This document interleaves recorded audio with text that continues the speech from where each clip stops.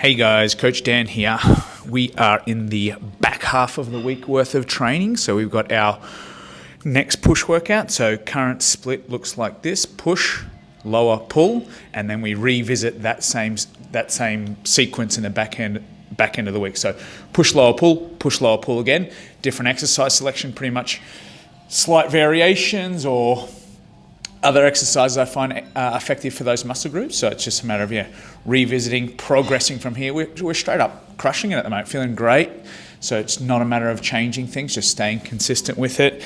And the big things for me at the moment are execution. As always, I've always been okay at execution, like technique, being really diligent with technique, but a little bit of intensity I think goes a long way. So like before every set, focusing on being intent. Okay, like this is going to be a good set, hard set. I'm going to push hard here, but give yourself that kind of getting into the zone moment prior to the set. That's been big for me.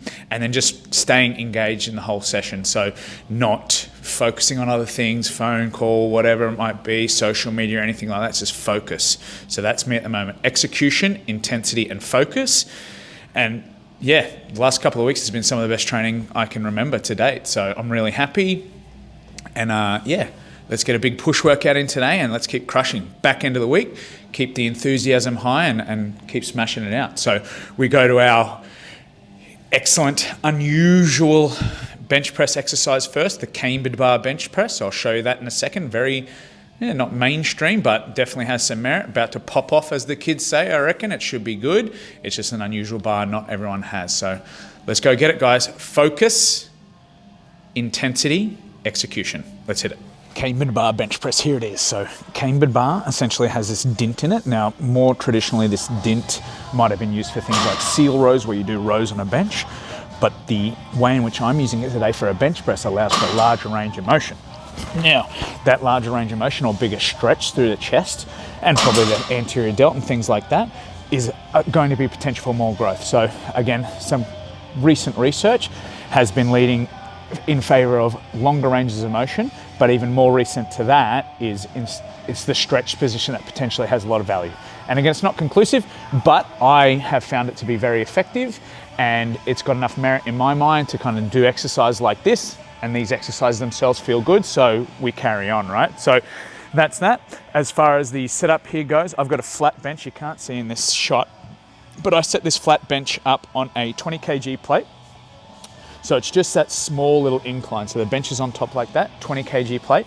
Now I do that, I'm calling this a flat bench press, but because I arch a little bit when my bench press to keep my back nice and tight, if I were to do a bench press on the flat with my arch, you can see that it almost becomes like a decline press because of that arch. So instead, we just chock up the bench just a little bit like such. It's like about that 20 kilo bumper plate, and it kind of counteracts my arch. So I call it flat.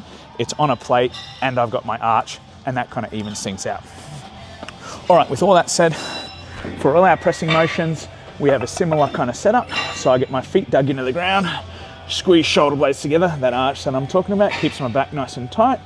Bar goes out, control the down phase. Gentle tap and pause, drive up.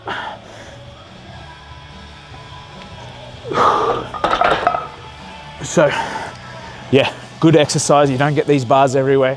You can get different variations. Well, you can get this sort of same benefit through a chest press that allows a big stretch, or a dumbbells, because the dumbbells can go to the outside of the chest. But I've got this, one of the advantages of this over things like dumbbells is there is more stability. So, all right, it's a bit of a chilly morning here, taking a while to get warmed up, but let's get after it. Here we go, back into the week, smash it out.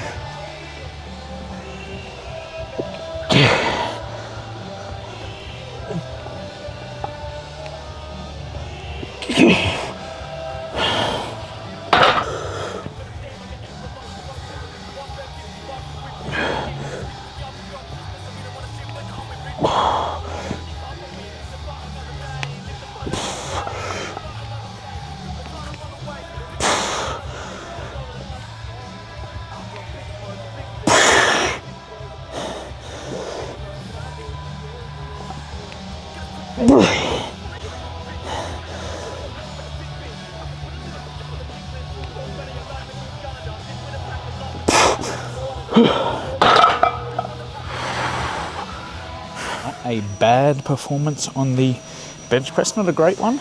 That is an equal personal record for me for that particular bar and that particular movement. So equal PB is good. Now we work towards see if we can't get a personal record on that one over the next couple of weeks. That'd be sweet. All right. So alongside that, or after that, should I say, we're going to do a incline dumbbell bench press. So thinking about the muscle, the pectoralis major. So it's a muscle that kind of attaches to the front of your arm here, and then it comes across into your torso, I suppose. And some of it kind of comes up towards the inner third of your clavicle. So it comes in here, angles up slightly. Some of it comes in towards your sternum, and some of it comes down towards your ribs or costal area. So when it comes to training the pec, there is some potential merit in training it in different paths. So inclines versus flats versus declines versus, you're doing flies like this, flies like this, flies like this, etc. Blah, blah, blah. Now, it would appear that the flat bench press kind of uses it all, or the flat pressing movements kind of use it all. But again, potentially there is some merit to kind of changing angles a bit. So if I put this on the incline, which we're doing today, we kind of are attempting to angle it towards the upper part of the pec, or the clavicular pec. So when we choose an angle for the incline dumbbell bench press or incline pressing movements in general, flies, whatever, we're kind of thinking, okay, I want to take this point to this point and go up in that kind of direction like that. Now, people can often get this wrong, is where they'll go to a pretty high incline, so they'll come right upright, and then it almost becomes like a shoulder press, so their arm starts going towards their head. Will the pec work still? Probably. But again, if we want to kind of make it like mostly, or bias it as heavily towards the pec as possible, or the upper pec, we're probably kind of wanting to come into the part where the arm kind of goes underneath here into the throat, or like giving yourself an uppercut like that. So you set an incline that is such that that's the path of your arm. Movements like free weights or dumbbells, they just come down against gravity. So you're not really changing that. You're not really changing the resistance because it's coming down against gravity. But you can change your position to make it such that we go in that kind of path. All right, with that little spiel out of the way, when I go incline dumbbells come up onto the lap. We kick them back straight into the slot and press. Control the down, open the chest up, press.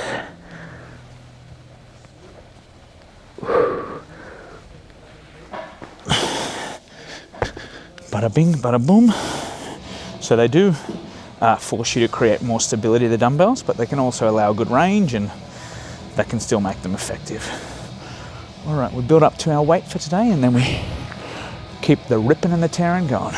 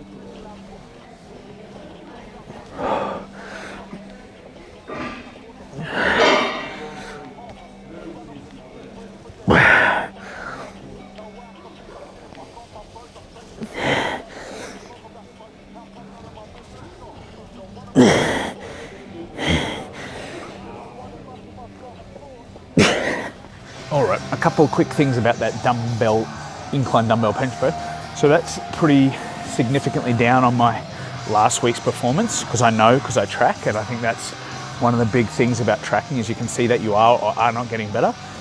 So pretty significantly down on my performance. Now, being that it's a secondary exercise, you can't always perfectly put heaps of weight in that, because the fatigue carries over from the first exercise. So if you think about my earlier cambered bar bench press, maybe I was a little bit more fatigued onto the dumbbells than I was last week, or whatever it might be. Maybe the workout from earlier in the week has carried over, again, as far as fatigue or damage or something like that goes. So you can't fully put all your weight in the performance, but it's good to be able to track. So if I can see that my performance is steadily going down, that's not a great sign for strength, if that's your goal, definitely, but also muscle hypertrophy.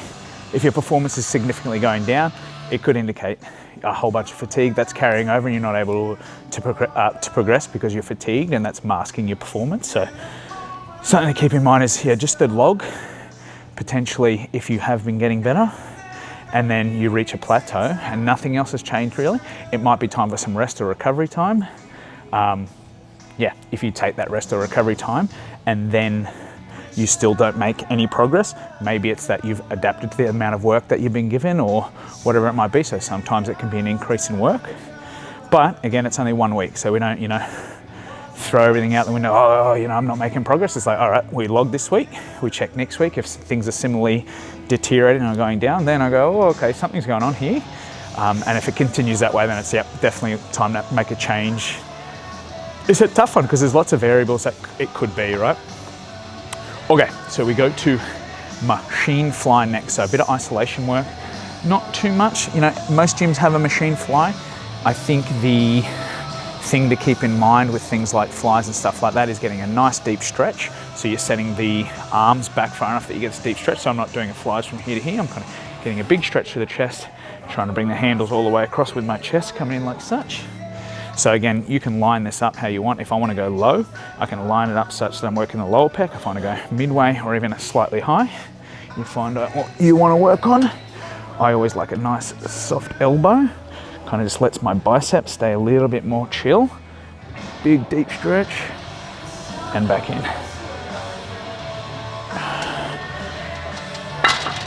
That's the machine fly. Not too much to be said there.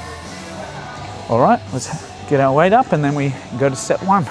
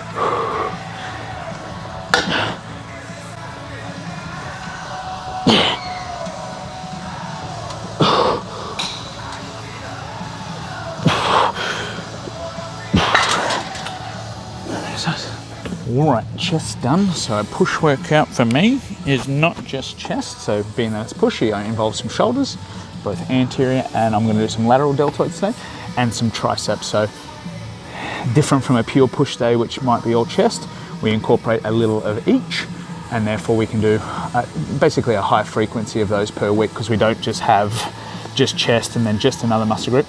If I incorporate all the push onto one day, it means I can have a high frequency and do them again throughout the week. So there is some merit to doing that.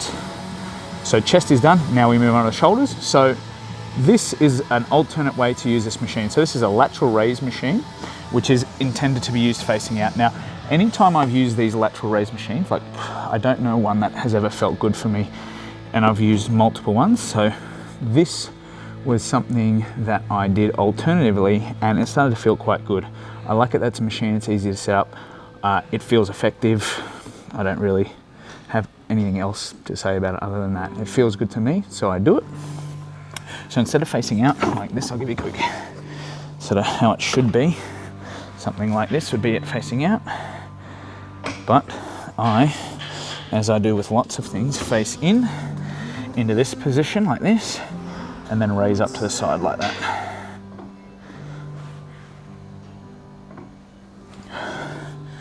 So simply put, good stimulus for me, feels better on my shoulder, which is I don't know if there was ever an injury there, but it doesn't feel great on some stuff through my younger sporting years. So this one's good for me though, and it's a machine, easy to set up. Don't have to fuck around with any, moving this there, boom, jump on, adjust the weight, we're ready to go. So those are the reasons. There's my rationale for you. I don't always have, I've always got some sort of rationale. Anyway, let's get in here. We've got a few sets here. Let's get locked in, smash it out.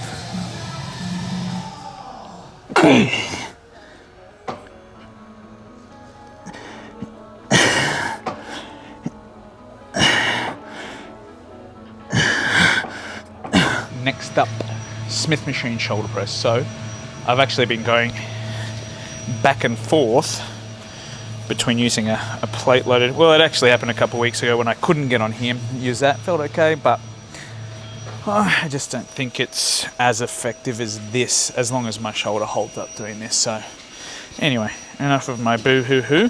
So I think the important thing to keep in mind with things like Smith machines, Smith machines and other kind of machines, is they don't really budge. They're kind of made the way they're made and they won't really move. So you have to move to it or it just doesn't suit you. So for the Smith machine, different than a free weight bar, it will come up and down no matter what. It's stuck on these rails, it's not moving. So what you have to do is set yourself up such that you're training what you want to train. So if we're thinking, okay, I want this to be anterior delt, I know I want my arm to come it's not going to come towards my head obviously because my hands are going to be fixed here, but it's going to be coming towards my head. So it's at least coming in that direction. And then we kind of know that's anterior delt, pulling my arm in a direction of my head. Now, if I get to a position where I'm too far back and it comes across the body, like our incline dumbbell bench press from before, then we'll have a chest emphasis. So you have to set yourself up as far as like hand position, bench angle, bench position, all these kinds of things, such that you are moving in the right direction and the resistance is pushing directly down and it's not going anywhere else. So Smith machines are particular. That it comes down, resistance comes down, that's it. You move yourself to kind of find and train what you want. So for me, I want my arm to come towards my head, and this way I know it's going to be anterior delt. I take a pretty narrow grip, nice and close, and then press. So the good thing about the Smith machine is as well is you know it's going to stay on this path, so I can set myself really close to the bar without worrying about smashing myself in the face. Yeah, so big shoulder exercise. Coming off of the lateral delt, I would expect that the effect this is going to affect the performance here, but again, the priority is not the anterior delt. This is just some extra work. So I do 2 sets here only, just to kind of cap off some anterior deltoid work. But you think about all the other movements that we've done so far today, they've already used the anterior delt. So 2 bench press variations, the fly, maybe that lateral raise to a little extent. This is that little bit extra. And it's often not a muscle that's underdeveloped on most people, and I'm probably in that. Again, I just like this movement and I just want to make sure I'm ticking all the boxes here. Okay, let's build the weight and smash it out. We're still going well. We carry on till the end. Let's go.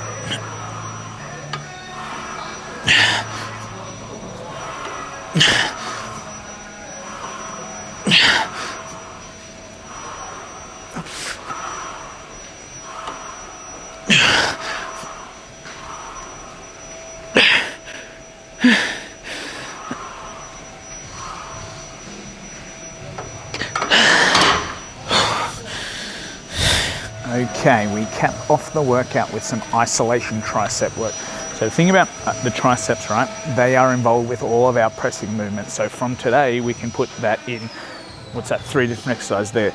Bench press initially, the cambered bar, the dumbbell bench press, both involved with that, and then the shoulder press. So the tricep have already done work throughout all those sets. Although they weren't the target for that exercise, they still have done a little bit of work. So at this stage of the workout, depending on the duration you spend at the gym and you have available to spend at the gym, you can be pretty happy with that and move on. Chest, shoulders, triceps have worked, but because triceps and arms in general, arms and shoulders for me are a big focus, I'm doing some isolation work at the end. So yeah, not an absolute must, but this is how I'm going to get my extra work into the triceps, and hopefully that's worthwhile. Which, I mean, progression, if we go off of progression, this movement has been progressing really well, so that's a good sign. My movement on my other day has been progressing really well. You don't need 15 different exercises, you can have a couple. I've got 1 on each workout that are tricep isolated. In times gone by, I might have mixed that volume up a little bit more, but for now, yeah, just do this for my sets. On the other day, do a skull crusher for my sets, and not do skull crusher this and that to get it all in. As my training goes on, I'll sub this exercise out at one stage, so it doesn't all have to be in the one workout. You don't have to have a push down like this, a push down like this, a single arm dingle. You just, you get a couple good ones and then you adjust them over time and sub them in and out over time. So, all right, with that all said, we're going overhead straight bar tricep extension. So we kind of curl the bar, it goes up overhead. Now where I set that cable height, I kind of check and make sure that at the beginning of the move, my body is such that where my hand is going, or where I'm taking that weight, is directly versing the direction of the cable. So this will make sure that it is hard at the beginning. So essentially I'll set that angle up such that where my hand is going at the initial phase is directly against that. So if it was too high, it would not start getting hard until I started to kind of verse directly there. So for muscle growth, like we have mentioned a couple times today, training the muscle in a stretch position, good, and potentially also making it hard as well in that stretch position. So it's kind of harder and it gets easier, and that might be worthwhile. Yeah, let's say the stretch position potentially is more muscle growth inducing than the shortened position. We make it easier where it's less effective and harder where it's more effective. That's the theory there. All right, few sets here, and then we out. Let's go.